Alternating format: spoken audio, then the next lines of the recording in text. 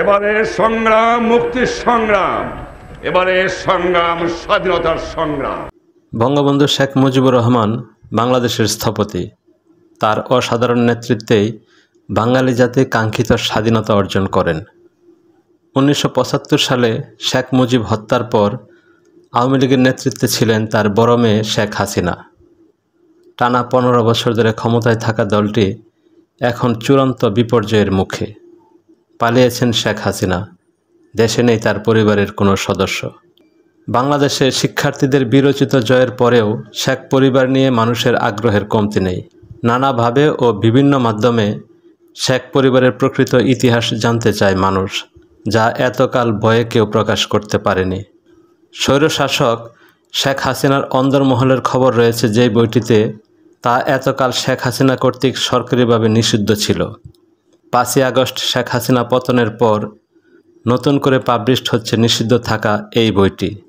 বীর মুক্তিযোদ্ধা মতিউর রহমান রেন্টু আমার ফাঁসি চাই নামক এই বইটি লিখেছিলেন।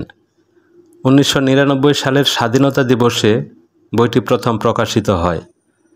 আমার ফাঁসি চাই বইটিতে লেখক শেখ হাসিনার জীবনের একেবারে পারিবারিক চিত্র তুলে ধরেছেন।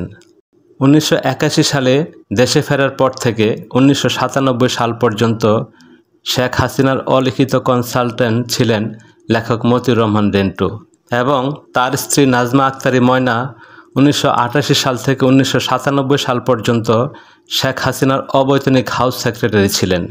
হঠাৎ 1997 সালে বইটির লেখক ও তার স্ত্রীকে বাংলাদেশে সরকারিভাবে নিষিদ্ধ করেন শেখ হাসিনা সরকার। এরপরই এই বইটি লেখার সিদ্ধান্ত নেন তারা। বইটির 102 ও 103 নম্বর পৃষ্ঠার একটি গোপন তথ্য তুলে ধরব, যেখানে শেখ হাসিনা ও শেখ রেহানার ঝগড়ার বিষয়টি তুলে ধরা হয়েছে।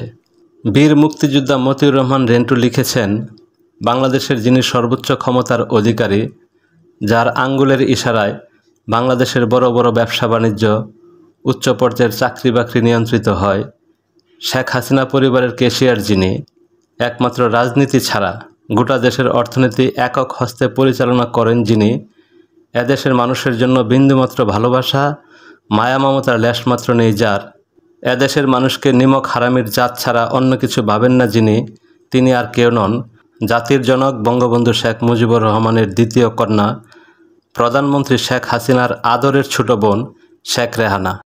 এরপর রেন্টু তার লেখায় উল্লেখ করেন, 1996 সালের জুলাই মাসে হঠাৎ একদিন গণভবনে আসেন শেখ রেহানা।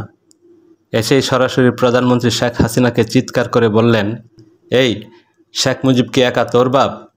শেখ মুজিব কি আমার বাপ না? আমার বাপ কই? আমি কি বাপ পাই না?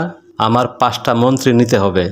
প্রধানমন্ত্রী শেখ হাসিনা তখন বলেন, মন্ত্রী পাবি না, চালাইতেছি চালাইতে দে, যত টাকা দরকার তুই নে। শেখ রেহানা বলেন, আমার 5 জনকে যদি আজই মন্ত্রী না করা হয় তাহলে আমি আমেরিকা চলে যাব, যখন আসব তখন সমান বাঘ নিয়ে আসব, মনে রেখো। এই কথা বলে রেহানা চলে গেলেন। পরবর্তী পর্যায়ে প্রধানমন্ত্রী শেখ হাসিনা আমেরিকায় গিয়ে চূড়ান্ত পর্যায়ে ভাগাভাগি এবং আপোষ করে তার ছোট বোন শেখ রেহানাকে দেশে নিয়ে আসেন, এই শর্তে যে শেখ রেহানাই হবেন প্রধানমন্ত্রী শেখ হাসিনার ক্যাশিয়ার। সমস্ত টাকা পয়সা শেখ রেহানার হাত দিয়ে আসতে হবে এবং শেখ হাসিনার পর শেখ রেহানাই হবেন শেখ মুজিবের উত্তরসূরি। 2 বোনের চিৎকার চেঁচামেচিতে প্রধানমন্ত্রীর 24 ঘন্টা সার্বক্ষণিক নিরাপত্তার দায়িত্বে নিয়োজিত।